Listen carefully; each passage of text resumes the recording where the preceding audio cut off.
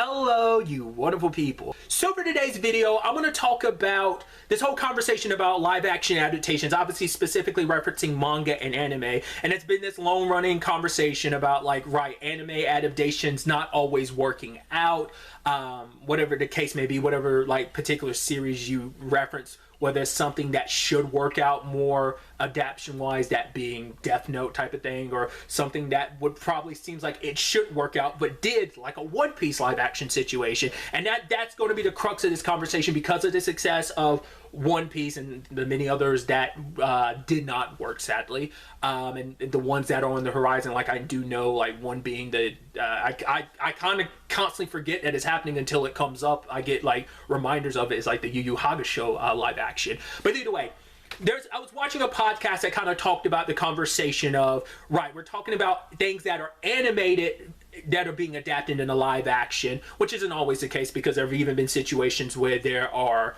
webtoon manhwa like Sweet Home, which I have not seen yet, or Hellbound, or Connect on, I know is another one, that are based on webtoon manhwa.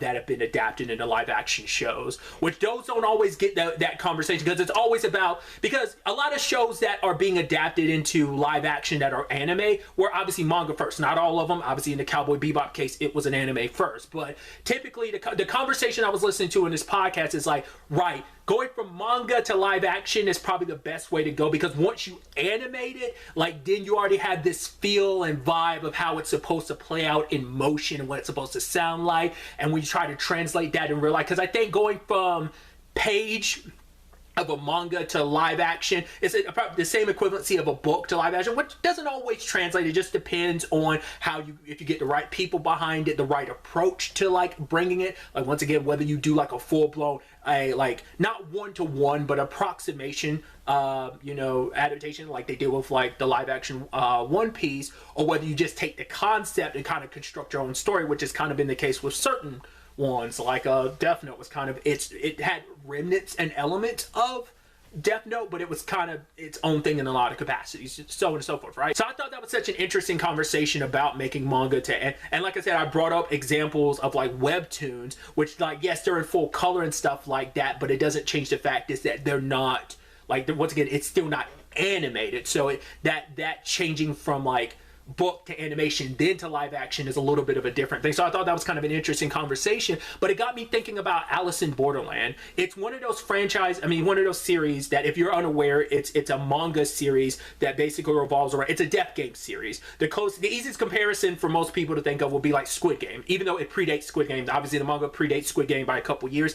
Even the first season of the live action Alice in Borderland premiered the year before Squid Game came out. And it's one of those things where it's considering the concept behind that is kind of easy. That's something easy to translate over. Once again, that's a whole, there are manga and storylines that are grounded enough that it's translating that doesn't you don't have to go buck wild with trying to translate that to live action like that. But the reason why I'm bringing that up, because I feel that never, like I said, we never really have too much that conversation from manga to live action. The only other one I can really think of that just jump out is because I still haven't seen it, but obviously I've heard nothing but good things. So it's Edge of Tomorrow or Live, Die, Repeat, that's based on a manga called All You Need Is Kill. Alice in Borderland, it's in this interesting spot that it's mainly a manga. There is an anime, but it's not a full anime adaptation. It's only a 3-episode OVA, which kind of covers the first 3 games of the series, which translates to about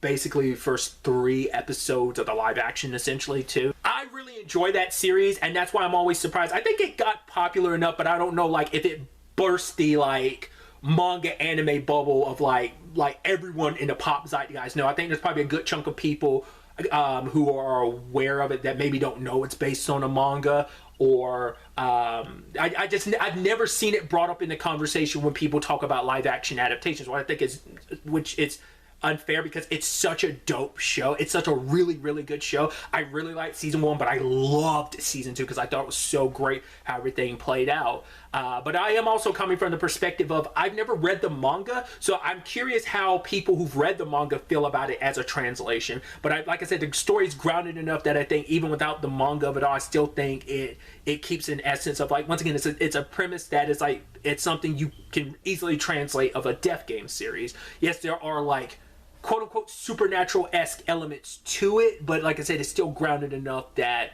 it's not that wild to translate it. But like I said, I haven't read the manga, so I don't know what how people who've read the manga feel about that adaptation. Because like I said, you're going from a manga to the live action. You don't have that full anime medium to fully translate, you know, so it's not like you're fully going from the anime to that. So I think the live action kind of has its own voice, whereas it feels like if there was a full anime adaptation, that would be the voice, and the live action would just be kind of a pale comparison. You know, like I said, there is that perfect balance that I feel like the live action One Piece kind of hit. But once again, that's kind of like, for a lot of people, that was a 1 in a million shot of like, oh, this actually turned out pretty well. It's just every time the live action conversation comes up, that's the property that jumps out to me the most, because I'm like, no one ever brings it up in the conversation of this is a really good adaptation.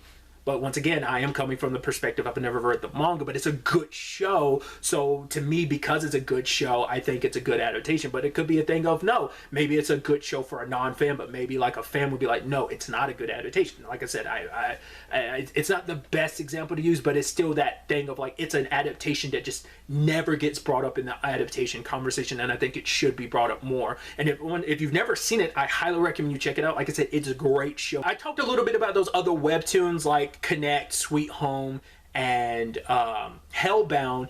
I've only read like a tiny bit of Connect webtoon, and I've only read a little bit of Hellbound's webtoon, and both of those were like well after I'd already watched the live action adaptations, and I haven't read Sweet Home, nor have I seen the live action adaptation, so that's why I also can't really compare in those situations either, because with Connect and Hellbound, it's a lot closer to my circumstances with Alice in Borderland. But obviously, these are just some of my thoughts. I'd love to get to know your thoughts in the comments down below. If you are familiar with Alice in Borderland, is that one of those? I'm curious if you feel the same way I do, where it's just like it's a series where it's like it doesn't get brought up in that conversation enough. Like I'd love to know, are you someone who's familiar with the manga, or are you only familiar with the live action like I am? And what are some other series that you're like, oh, these are actually good live action adaptations that also don't get brought up in that conversation, because you're not talking about something like a One Piece, which is like one of the biggest like manga and anime out there, so of course like it's going to get the most attention. And obviously there's all these other ones that are